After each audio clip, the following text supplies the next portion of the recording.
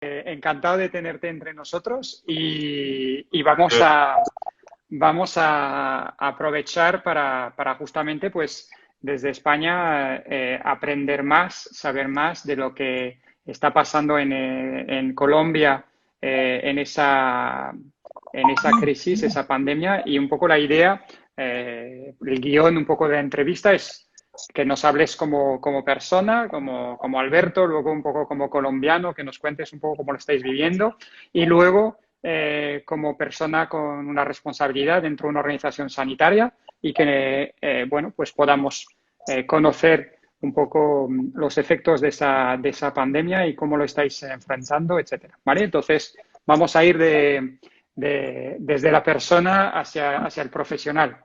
Así que nada, pues que nos cuentes un poco quién eres, eh, cuáles son quién es el Alberto, un poco, bueno, la gente que no te conoce, si nos puedes decir tu cargo y luego pues queremos saber si estás casado, tus aficiones, tus hobbies, en fin, conocerte un poquito mejor antes de empezar esas diferentes etapas de la entrevista.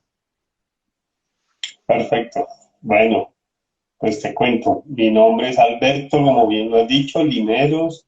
Soy médico de profesión, pero soy padre de familia de la vida. Soy padre de dos hijos, adolescentes, bueno, ni tan adolescentes. Mi hija mayor tiene 21 años, mi hijo menor tiene 17. Eh, Separado, pero vivo con mis hijos. Estoy pendiente y vivimos los tres aquí juntos. Nada, ya sacando mis dos hijos profesionales, mi hija termina este año universidad y mi hijo termina este año colegio también, entonces ya da una satisfacción grandota. Y bueno, nada, me he dedicado a esto de la medicina desde hace 30 años, toda mi vida dedicada a esto, eh, y dedicado peor aún a las urgencias. Entonces he trabajado en los servicios de urgencias también desde muy temprana edad de médico y me quedé ahí y hice una especialización en medicina familiar muy frecuente en su país, no tan popular acá. Cuando empezamos no era muy popular, después se volvió más popular y con mucha más empuje y seriedad dentro de el gremio médico, entonces hemos ido aprendiendo y abriendo espacios también como esa especialidad acá. Y bueno, ¿qué más te cuento? Nada, dedicado de verdad al hogar, soy muy hogareño, muy dedicado a mis hijos, me encanta compartir con ellos, me encanta como hobby en la vida jugar, entonces esa es mi pasión, juego de todo. Entonces eso me entretiene además y en estos tiempos de COVID ha sido una herramienta bastante interesante porque eh, a veces nos habíamos descuidado en retomar eso y lo retomamos con tranquilidad y nos ha unido un poco más también el estar acá y pasar los tiempos de aislamiento social con la familia un poco en ese sentido. Entonces ha sido como una experiencia también muy bonita en ese sentido de retomar cosas que uno había dejado en la vida. Sí, porque Y ¿cuál es la situación actualmente en Colombia? ¿Cuál es la situación del país frente a ese virus? ¿Estáis en estado de alarma? ¿Estáis confinados, no confinados? ¿Cuáles son las reglas del juego? sí, nosotros digamos que empezamos aquí realmente fuerte, más o menos a mediados de marzo, Ujú. empezamos un tema fuerte de aislamiento. Yo vivo en la ciudad de Bogotá, pues que es la capital, que tiene una connotación un poquito distinta. Sin embargo, es la ciudad capital que más casos tiene y es la ciudad más grande. Entonces, cuando empezamos un aislamiento total de la gente no poder salir de sus casas y mantener pues todo lo de normas de seguridad, etcétera, con algunos permisos para algunos sectores, entre esos como el nuestro, el sector salud. Pero era un confinamiento total y hace más o menos unos 15 días se empezó a abrir un poco el confinamiento.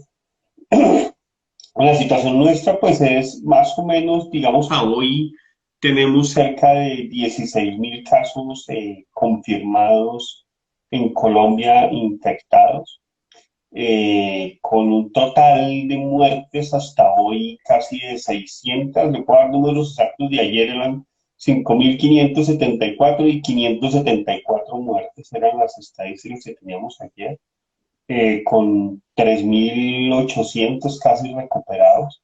Entonces, digamos que es una situación dura, de todas formas, pero no tan con eh, digamos, con la gran cantidad de casos que se les han presentado en otros lados del mundo, como España, entre otras, Italia, etc. Bueno, Tuvimos una ventaja a diferencia del resto del mundo, digo yo, esta parte del mundo ha tenido una ventaja y es que hemos aprendido de lo que ha pasado desde allá. Desafortunadamente para nosotros empezamos 2, 3 meses más tarde, entonces eso nos ha dado tiempo incluso para prepararnos, aunque como digo yo, no siempre uno está preparado, pero lo pudimos hacer, pudimos imaginar que a dónde podíamos llegar y ante eso prepararnos a actuar tanto en nuestras clínicas como a nivel personal, incluso en nuestras familias. Entonces tuvimos una etapa que muchos no pudieron vivir y nosotros, gracias a Dios, estamos viviendo. Y lo mismo a nivel sanitario pasó exactamente lo mismo. Desde hace casi que desde diciembre, enero estamos nosotros empezando a prepararnos y ya cuando nos está llegando la pandemia en los volúmenes como nos está llegando, pues creemos tener muchas cosas ya muy bien controladas y muy bien establecidas con una expectativa de lo que pueda pasar, ¿no? Digamos que todavía tenemos una expectativa de que más o menos entre junio y julio esperamos el pico máximo nuestro. Entonces, igual, fíjense que estamos hablando a mediados de mayo y tenemos aún 15 días más para seguirnos preparando y seguir eh, haciendo lo que más podamos para no sufrir tanto. Eh, un ejemplo bonito podría ser el de elementos de protección personal. Hubo un momento en que ustedes no tenían nada no. y, y nosotros todavía tenemos y hemos podido eh, adquirirlos y eso creo que ha sido una ventaja. Realmente los estamos ahorrando y los estamos tratando de usar con, mucha, con mucho juicio y control para no ser irresponsables y estar de pronto haciendo un mal uso ahorita y después no tener. Pero tenemos ventajas en ese sentido y lo que en el mundo hace 3 meses se agotó, hoy en día todo el mundo está produciendo por montones para que en nuestros países pues, de este lado del mundo también tengamos provisionamiento. Entonces creo que O sea que estás diciéndonos que, a diferencia nuestra, que digamos que habéis empezado a confinaros y a estar preparándoos en enero, febrero, cuando nosotros no estábamos haciendo nada, entre comillas, y vosotros ya desde este momento, desde mediados de marzo, me dices, cuando realmente el virus, entre comillas, no había saltado, estaba, o sea, ha llegado más tarde, saliendo desde Wuhan, ha llegado más tarde y vosotros ya estabais aislados, preparados y con medida de distanciamiento social, etcétera, ¿no? Eso es un poco la situación. pues aislados no, realmente digamos que nos empezamos a aislar cuando ya empezamos a identificar los casos acá, Algunos casos. pero Pero ya estabais consecuentemente, concienciados, sí, sí, sí, concienciados. Porque sí, nosotros en España lo que nos ha pasado es que se ha declarado, digamos, hemos estado mucho tiempo pensando que era pues una gripe, que iba a ser un poco más fuerte, pero estaba el virus entre nosotros desde febrero, bueno, algunos antes incluso, enero o lo que sea, pero realmente había casos ya en febrero y nosotros, bueno, lo que fue bastante el fin de semana del 8 de marzo, el Día Internacional de la Mujer, hubo una manifestación, se hizo como si no hubiese nada, ningún problema, Aquel día un partido político hizo también su meeting y el número 2 del partido estaba infectado y dio la mano a todo el mundo, saludó a todo el mundo. Entonces, claro, esos actos no son evidentemente lo que hacen que el virus vaya a explotar, pero desde luego es una muestra clara que nosotros no nos lo tomábamos en serio y estaba entre nosotros y vosotros, porque explicar un poco los datos también, porque cuando uno ve los datos no sabe nunca si es porque no ha llegado el virus o se ha protegido bien el país contra el virus o es que no se está contando igual. Es decir, que nosotros mismos en España nos cuesta saber exactamente el número, por ejemplo, de fallecidos, que si uno va al registro civil hay mucho más muertos que los declarados por muertos por COVID. Entonces, bueno, hay un poco ese problema de determinar exactamente el impacto de la pandemia.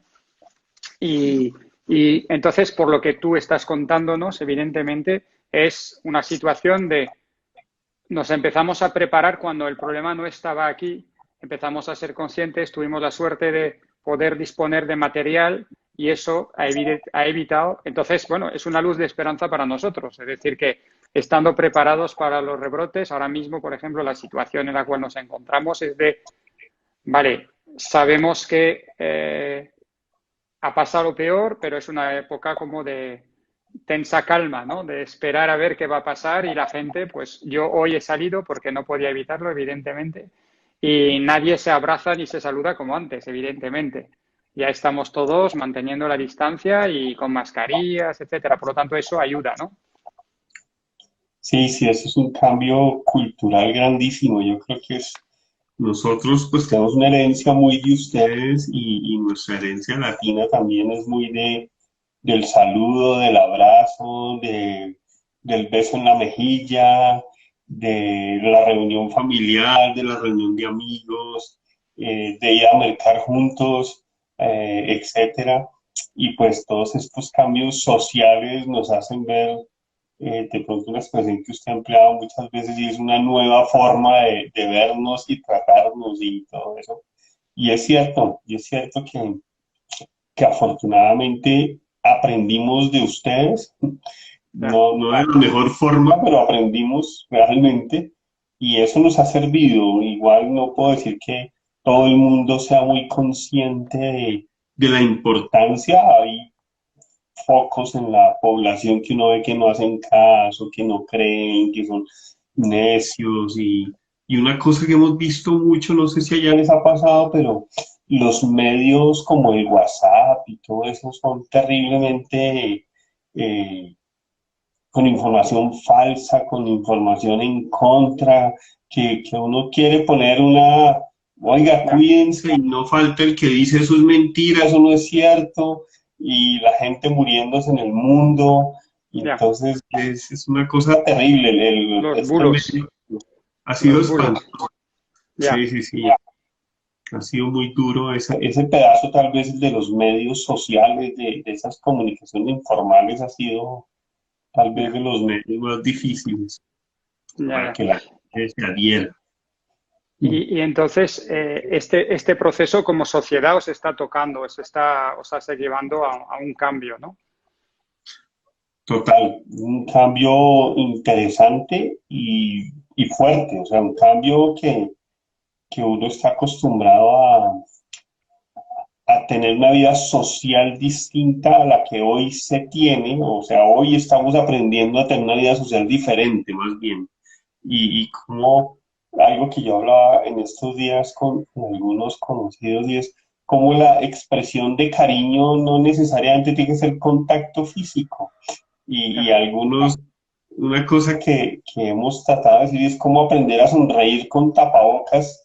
Y venga, es que uno sonríe con los ojos, lo que pasa es que no hay que necesidad de que le vean a uno la sonrisa en la boca y hay unas expresiones adicionales que uno lee cuando la gente se está sonriendo y eso lo hemos aprendido, creo que nos ha dado eso, aprender a leer otras cosas interesantes en el otro por ejemplo, un distanciamiento como el nuestro ahorita, eh, estamos a miles de kilómetros, pero nos estamos comunicando y, Y si no es por el COVID, no estaríamos comunicándonos. Más o menos eso es lo que está No, pasando. no, Y ha sido muy está claro, interesante. está claro. Yo, por ejemplo, esta charla la enmarcamos, como te lo comentamos y lo recuerdo para el resto de espectadores, es que estamos intentando hacer un testimonio de cómo está afectando esta pandemia y hemos elegido personas con diferentes cargos dentro de las organizaciones sanitarias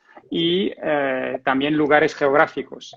Entonces, la verdad que cuando estuvimos hablando hace unos días, es cuando te propuse esa entrevista porque me parecía interesante que para la gente que nos sigue a la Fundación Hospital Optimista, pues pudiésemos conocer otra mirada sobre la pandemia, ¿no? Y eso es lo que justamente, pues antes parecía que todo se tenía que solucionar a base de reuniones físicas, grabaciones perfectas en un set de rodaje, con 3 personas, con focos, etcétera. Y ahora estamos aquí con la luz de nuestra casa, el móvil y no pasa nada. Y no pasa nada. Es verdad que esta crisis nos ha liberado mentalmente de muchas trabas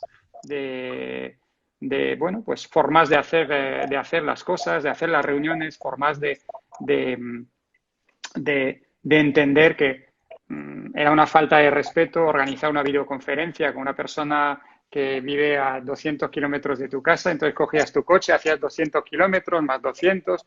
Al final hay cosas que estos 400 kilómetros de coche es cansancio físico, es contaminación para el medio ambiente y al final es tiempo para ti.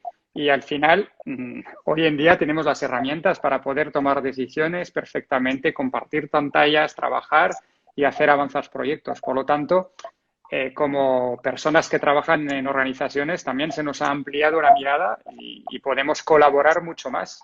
Y eso es una de las grandes cosas que ha llegado y creo que no se va a marchar. Yo creo que esto es muy, muy interesante. Justamente, como profesional, tú estás en Colsanitas a la cabeza de un equipo o de varios equipos. Cuéntanos un poquito la organización que tú tienes y en qué esta pandemia justamente te va a afectar o te va a beneficiar un poco, justamente. Cuéntanos un poco tu experiencia como profesional y con tu equipo.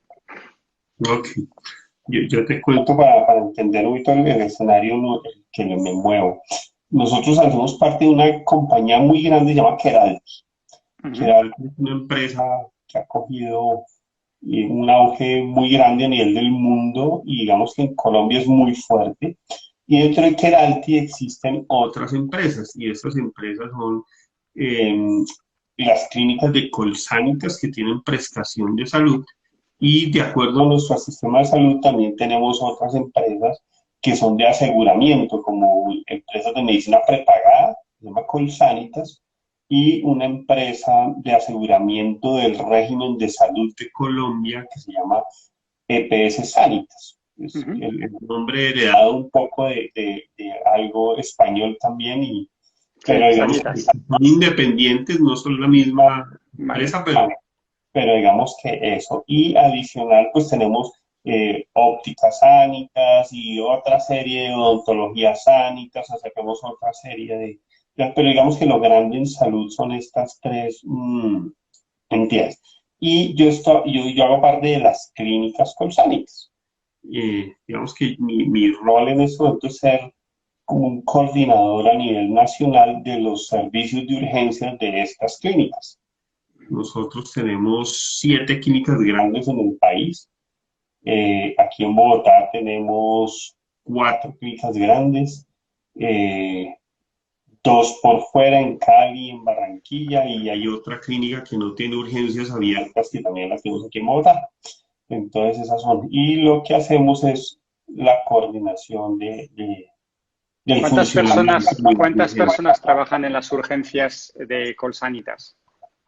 Eh, pueden llegar a ser entre todas las clínicas cerca de unas 1.000 personas, más o menos, Ujú. porque nomás la clínica Colombia, que es la más grande, son cerca de 350 400 trabajadores. En Eh, urgencias. Sí, sí, es un servicio 24 horas, es una clínica que tiene tal vez la de mayor movimiento. Nuestra clínica, la Colombia, mueve cerca de 20.000 urgencias al mes en una situación normal.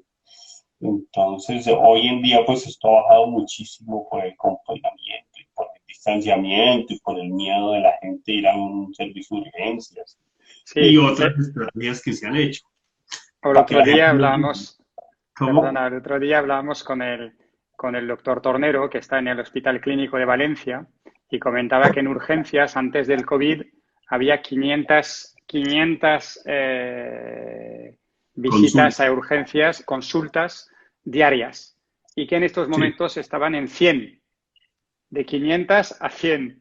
Entonces, su pregunta es, ¿qué ha pasado con las 400 visitas, que consultas que antes se hacía y que ahora no se hace? Dice, ¿qué está pasando?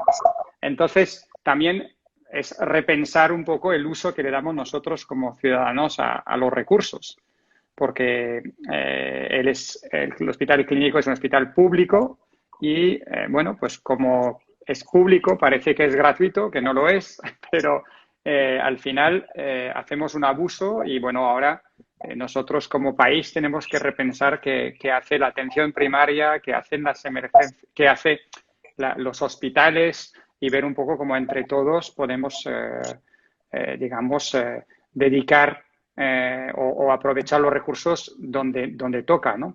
Entonces, está claro que esto es para pensarlo y veo que en Colsanitas estás comentando lo mismo, ¿no? Se ha dividido por mucho el número de consultas diarias en urgencias, ¿no? Mira que nos ha pasado algo interesante que tú mencionabas y es, esto ha hecho además que nos unamos mucho y nuestras empresas hemos trabajado en forma articulada. Y por ejemplo, pasamos de hacer, puedo decirte un poquito mentiras en los números, pero es más o menos 1.000 consultas por teleconsulta, estamos haciendo 300.000 consultas por teleconsulta. Y hemos aprendido a toda la atención primaria movernos por teleconsulta y ha sido para las clínicas una cosa maravillosa porque el efecto de hacer teleconsulta por nuestros aseguradores a nivel de atención primaria tiene un efecto muy interesante. Una cosa que nos daba mucho miedo, ahora todavía nos da miedo, pero cada vez lo controlamos más, es todos esos pacientes crónicos que, que, se, que al principio no íbamos al médico porque qué miedo, qué susto ir a un hospital. Pues ahora los estamos cogiendo desde teleconsulta, telemedicina, Y y la, se les y ha la, podido hacer seguimiento, ha sido muy interesante. y la teleconsulta se hace con vídeo o por teléfono, Hay las dos modalidades. las dos Tenemos modalidades. video y teleconsulta. Y Vale. ahí se armó un equipo gigante, uno para hacer, con equipos no necesariamente médicos, también se utiliza el personal de enfermería y otros profesionales para hacer ese contacto con los pacientes y el médico para la consulta. O sea, ha sido una cosa como aprendiendo lo que se decía ahorita, a hacer cosas diferentes y con efectos muy buenos. Lo de las urgencias, yo al principio pensaba un poco en si es que estamos utilizando más los servicios de salud o no hoy en día, Mm. y, y todavía dudo en afirmarlo porque tengo un miedo muy sentido, es los pacientes no están yendo al médico por la situación ambiental y están llegando tarde. Nosotros también bajamos de 600 consultas. En eso entonces estamos en pico y estamos viendo 200. Nos parece un jurgo lo que estamos viendo. Se nos bajó un 70% de las urgencias. Pero sí hemos visto que los pacientes están llegando tardíamente y muy malitos porque en Porque han casa, tenido miedo, aguantan hasta que no pueden más. Eso, claro, eso, eso, eso es el peligro de esa situación. exactamente, Y exacto. como líder de un equipo así tan grande, ¿cuáles han sido, por un lado, las claves de tu liderazgo? ¿Qué es lo que tú has considerado importante que había que hacer como líder?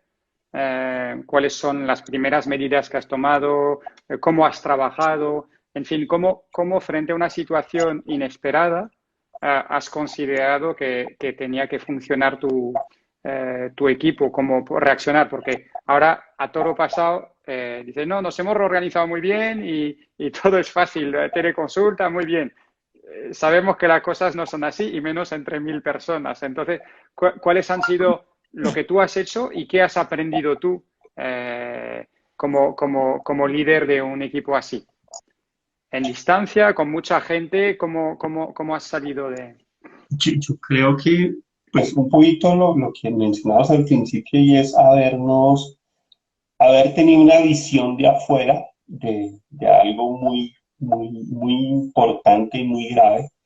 Y nosotros de verdad, como desde diciembre, enero, empezamos a cuadrar nuestros planes de contingencia, por decir algo, y empezamos a prepararnos.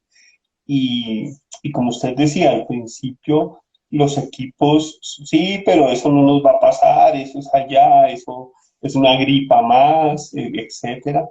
Pero poco a poco creo que hay una palabra que yo utilizo mucho y tal vez la he escuchado también y es el ser persistentes en el tema y el ser como, venga, esto sí nos puede pasar, leamos, miremos y empecemos a cuadrar las cosas. Mm, yo tengo un lema en la vida y me la enseñó un profesor hace muchos años y me decía, lo peor de una emergencia es no estar preparados. Y parte de lo que dijimos, venga, si tenemos la experiencia del otro lado del mundo, ¿por qué no prepararnos? Y empezamos como a insistir, y hacíamos reuniones cada 8 días con la gente hablando del tema del COVID-19 y cómo va en China y cómo se ha ido desplazando al resto del mundo. Y creo que, por ejemplo, cuando nos pidieron nosotros los primeros planes de contingencia por parte de nuestros organismos gubernamentales, ya los teníamos hechos, o sea, fue, mire, aquí está. Entonces fue una cosa como interesante y los líderes de las urgencias en cada sitio también lo asumieron, también lo hicieron y yo creo que una de las cosas que aprendí mucho o que vi más que aprendí es que la gente realmente está muy comprometida, la gente está muy,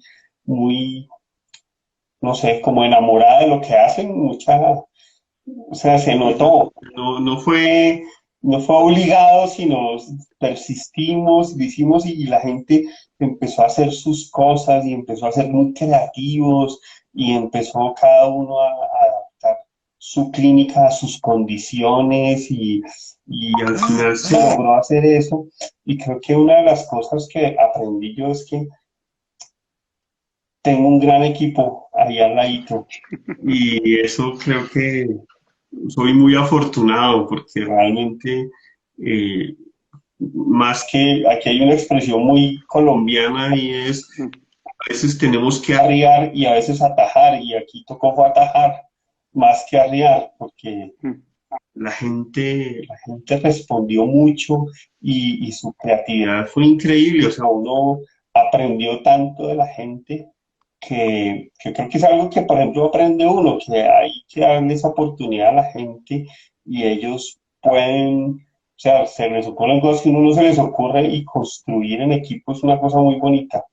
Entonces, una cosa que hacíamos, Floren, es imaginarnos las cosas, pero en la realidad, me explico. O sea, vamos a hacer un triage respiratorio pensando en COVID. No, pues sentémonos a hacerlo. Y antes de que nos llegaran, nos empezamos a sentar y lo hacíamos. Y esta era pregunta, está mal hecha, toca preguntar, es así, esto toca investigar. O sea, muy sobre el terreno, más que la teoría, sino que se trató de hacer muy sobre el terreno. En una de las clínicas nuestras pusimos una carpa para atender pacientes por si teníamos una afluencia muy gigante y la armada de la carpa fue muy bonita porque no fue solamente armar una carpa, sino que además cogíamos una silla de ruedas y pasábamos a ver si pasaba, una camilla a ver si giraba, la ventilación si entraba por un lado y salía por otro. Entonces se hizo mucho sobre el terreno. Yo creo que que aprendimos mucho de que las cosas en papel son muy bonitas, pero cuando uno las lleva al terreno y las hace sobre el terreno, identifica detallitos que solamente se identifican ahí. Entonces, creo que eso nos ha O sea ayudado que mucho. si trato de resumir, corrígeme si me olvido de algo, anticipación, capacidad de tener la conciencia de la situación, anticipación, persistencia en el mensaje para asegurar que las personas se hacen cargo de la situación y a partir de ahí un liderazgo muy orientado a dejar que las personas aterricen en el concepto desde el papel a algo concreto, comprobar que todo va bien y ahí es cuando uno se enamora de su equipo porque le ha dado los medios, le ha dado el equipo es autónomo para poder empezar a cambiar las cosas, a adaptarse a su situación, porque cada hospital, cada organización es diferente, el número de personas, el material disponible, todo es diferente, pero tú no has intentado decir, pues yo sentado en mi despacho en Bogotá os digo que es así, así, así, sino que has dejado que las personas, cada uno en su lugar, asumiesen, primero, asegurarte que asumiesen la gravedad de la situación y que se preparasen para lo que pudiese venir, ¿no? Entonces, eso es un poco las claves y como conclusión, uno descubre que su equipo es buena gente con mucha creatividad y muy enamorada de su trabajo, ¿no? Tal cual, tal cual. Y una cosita adicional me hizo acordar que hicimos es que nosotros hacemos este tipo de reuniones con los Mm. coordinadores de todas las clínicas, las seguimos haciendo una vez por semana. Y cuando uno de ellos tiene algún inconveniente, los otros, oiga, ya a mí me pasó y la resolví de esta forma, a mí también, y yo hice esta otra, y como que se hace se comparte ese conocimiento adquirido y experiencia del otro y también ayuda a soportar al otro como cosa adicional de también de ese trabajo de este grupo. Entonces, ahora lamento buscarte las pulgas, pero ¿qué es lo que podría haber hecho mejor? ¿Qué es lo que ahora piensas, uy, esto podría haberlo hecho mejor? Que eso es otro aprendizaje también. Sí, Seguramente sí. hay algo. Yo creo que una de las cosas que más hemos aprendido, y ahí sí se lo digo a nivel muy personal también, es la estrategia de comunicación. Yo creo que sí, a mí me ha pasado y es que muchas veces hacemos énfasis en no, en lo que uno no debe hacer. Y con todo esto he aprendido que qué rico que el lenguaje sea en lo que se debe hacer. No sé si, a ver, para hacerme entender, es muy fácil decirle a alguien, utiliza bien el tapabocas porque lo tienes mal puesto. Y ahora el lenguaje que estamos llevando es, ¿sabías que utilizar el tapabocas bien te protege mejor a ti y a los demás? O sea, esa diferencia en el parafraseo del mensaje y en el tono que se... Da- dar sentido a las órdenes, no, el mensaje no te laves las manos, sino protege vidas, ¿no? Un poco darle Exactamente. un para qué a cada recomendación. Eso. Y yo creo que las estrategias de comunicación tal vez es lo más difícil que hemos tenido que trabajar y Ujú. estamos todavía, por ejemplo, ahorita que fue algo que nos unió a nosotros dos al principio en nuestra conversación hace unos días y es cómo logramos que la gente tenga un poco más de autoconciencia porque estas medidas tienen que ser por mucho tiempo, esto no son medidas de 8 días o 3 meses y cómo logramos para que la gente empiece a tener esa autoconciencia de autocuidado y de que si yo me cuido, estoy cuidando a los demás, etcétera. Y, y creo que es el reto que tenemos ahorita grandote es cómo lograr que, que, que aprendamos y cómo lograr transmitir y cómo lograr que realmente haya una apropiación de una cultura nueva, que, que es Ujú. difícil lograr un cambio Difícil. de este tipo, creo que es lo más difícil. Y sí, yo creo que aprendimos a comunicarnos distinto y a dar los mensajes en forma distinta y creo que eso, eso además es importante, es muy interesante. Sí. Bueno, la comunicación en todas las organizaciones es la clave, ¿no? Es decir, que asegurar que el mensaje ha sido comprendido, aceptado y se pone en marcha es muy complejo en todas las organizaciones. Así que a nivel de el estado de la moral de tus equipos, ¿no? La salud psicosocial en esos momentos, ¿qué nos dirías? ¿Cómo ves a tu gente? Bueno, yo le cuento y primero hay temor. Yo creo que de las cosas que más, y usted nombró una palabra hace un rato que se llama incertidumbre, entonces son las dos cosas que más nos tienen un poquito en la emoción nuestra. Es uno el miedo enfocado desde dos puntos de vista, uno a enfermarse el profesional o uno mismo, digámoslo así, como ser un transmisor de la enfermedad a nuestros hogares. Entonces son el doble miedo. Eh, Hace unos días con el equipo de trabajo nos reuníamos y parte de lo que me decían ellos es muy duro. Yo tengo los servicios divididos en zonas COVID y no COVID o como las queramos llamar, o eso las llamamos zonas doradas y zonas no doradas, le damos distintos nombres, pero decía uno de ellos, cuando a mí yo sé que mañana me toca ir a la zona COVID, ya esa noche no duermo, esa noche estoy con angustia, con qué pasará mañana, tengo que protegerme muy bien, o sea, el miedo creo que nos da y es normal, yo creo que es un sentimiento eh, que es normal tenerlo y parte de lo que tratamos de hacer es que la gente lo exprese, ¿no? Le damos la libertad de que nos lo digan y que cada líder escuche a su gente también y venga, eso no es malo. Y decir no tengan miedo no es cierto, eso no sirve. No Eh, sirve. no, ¿Tenéis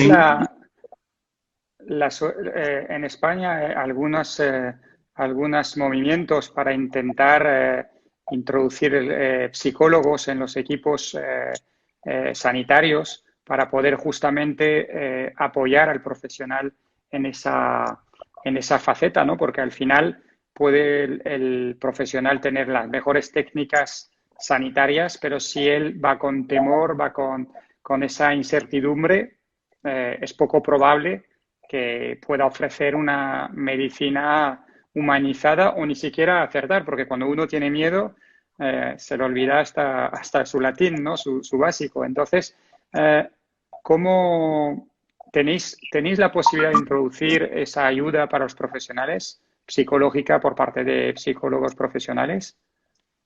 sí, sí, nosotros desde el principio perdón, armamos un grupo que llamamos de salud mental, igual Uh -huh. existía.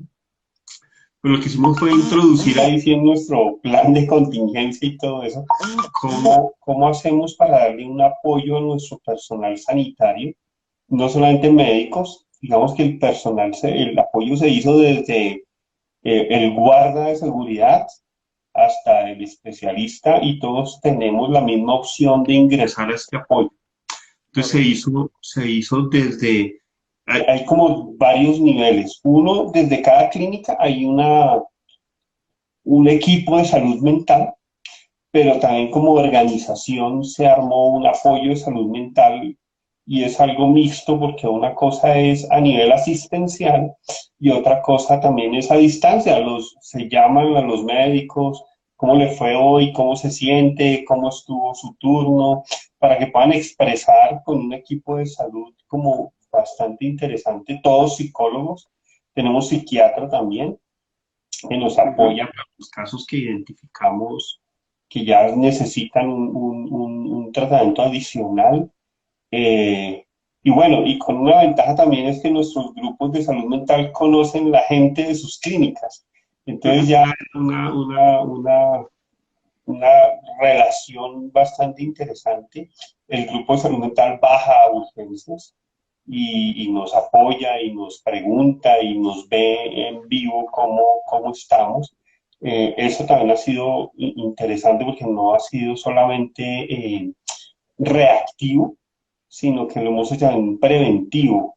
Estamos haciendo, ustedes lo hicieron ayer en una video en vivo que me pude conectar a una terapia de meditación y todo eso. Se les estaban dando unos tipsitos de meditación, duran 3 minutos, 4 minutos. Eh, Qué bien. lo organizamos con nuestra fundación también y Ujú. nos mandan los videitos y nos guían en Qué una bien. meditación de 4 o 5 minuticos en los turnos y muchas cosas, ¿no? Pero sí se armó un buen equipo y creo que eso ha sido eh, muy interesante. Y las reuniones también con los grupos venga, siéntense y manifiéstenos lo que han sentido y lo que piensan y creo que todo eso ha servido para que incluso ellos mismos lo han dicho en estos días, la carga emotiva ha bajado, ha bajado tanto que les da miedo que estén muy confiados, ha bajado tanto que les da miedo estar tan confiados y que eso los lleve a descuidarse. Pero ese Ya. hecho que ya ellos mismos digan nos da miedo que nos llegue a descuidarnos ya implica que ya hay una autoconciencia bastante interesante y no creo que pase.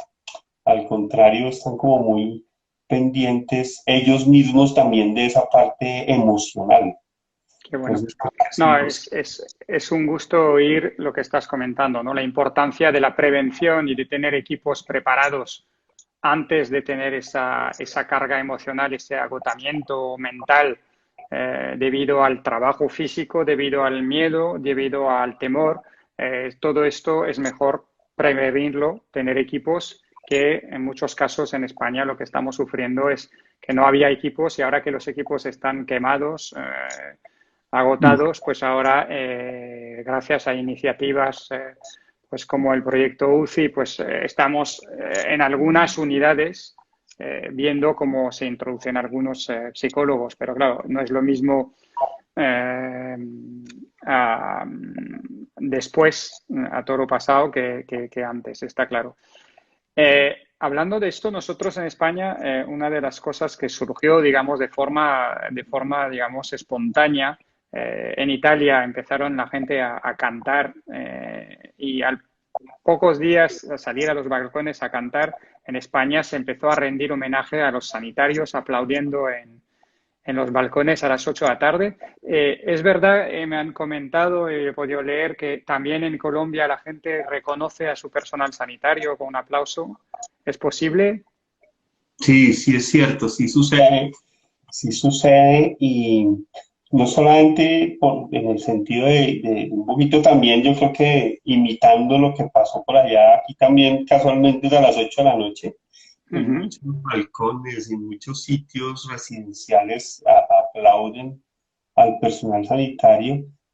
También, por ejemplo, la policía y algunas entidades gubernamentales pasan por nuestras clínicas y dan manifestaciones de agradecimiento y prenden sus sirenas y aplauden al frente de los establecimientos de salud y eso creo que la gente también lo aprecia y hace que se sienten como eso que les llegan a 10, 11 de la noche a veces allá con sus sirenas y todo, qué días en un hospital les dieron flores a la entrada a algunas personas y pues nos hacen sentir muy comprometidos y muy importantes para todo el mundo, entonces creo que eso también ayuda a ese ánimo y a esa incertidumbre y a ese miedo.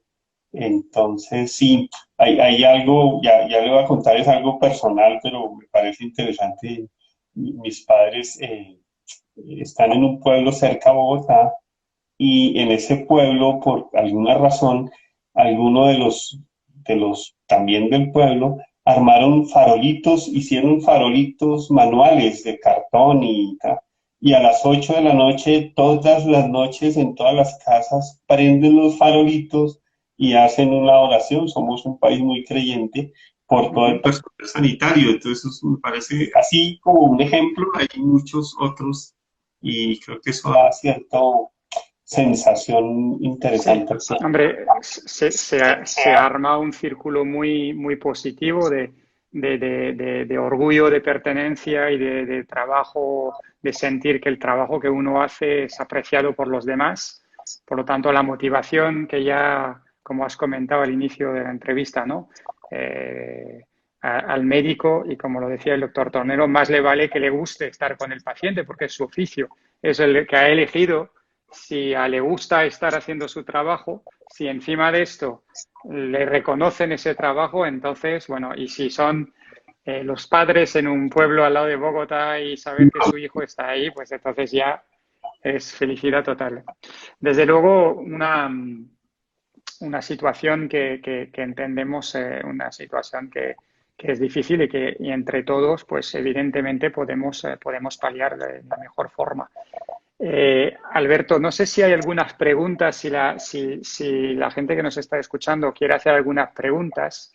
Mientras escriben cosas o no escriben, te voy a pedir que pienses justamente, bueno, sabes que en la Fundación Hospital Optimista un poco la idea del optimismo, ¿no? No es que estemos pensando que el hospital puede ser un lugar maravilloso donde todo sale bien siempre, sino simplemente que eh, de cualquier cosa, de cualquier situación, lo óptimo es fijarse en él y ponerlo en valor, ¿no? Entonces, para ti, que pienses en un mensaje optimista, un mensaje sobre lo positivo que esta crisis, esa pandemia te ha hecho vivir como persona, como profesional y que nos puedas dar a los oyentes y a los seguidores de la Fundación Hospital Optimista.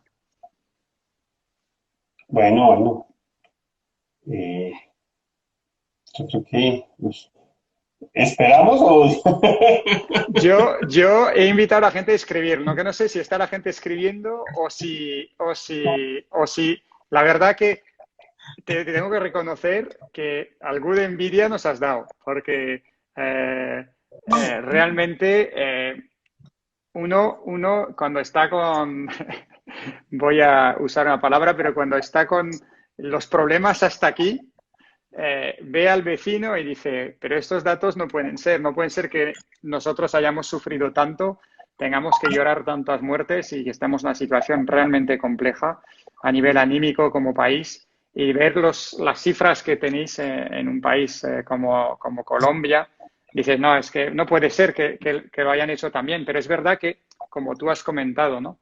Eh, pues habéis anticipado, os habéis preparado, os habéis confinado cuando apenas había muertos y esto al final pues ha dado sus frutos, ¿no? Entonces tengo que reconocer que esta tarde siento algo de envidia de lo que de lo que habéis conseguido como país y como sociedad. Y evidentemente, no sé si hay muchas preguntas, pero yo la verdad que he hecho todas las que quería y la verdad que te agradezco la sinceridad y la calidez con la que has comentado las cosas. La verdad que, bueno, pues para nosotros es un aprendizaje también que nos podemos preparar para la próxima fase porque al final, bueno, pues este virus ya está entre nosotros, va a estar, es como la gripe, volverá a aparecer siempre.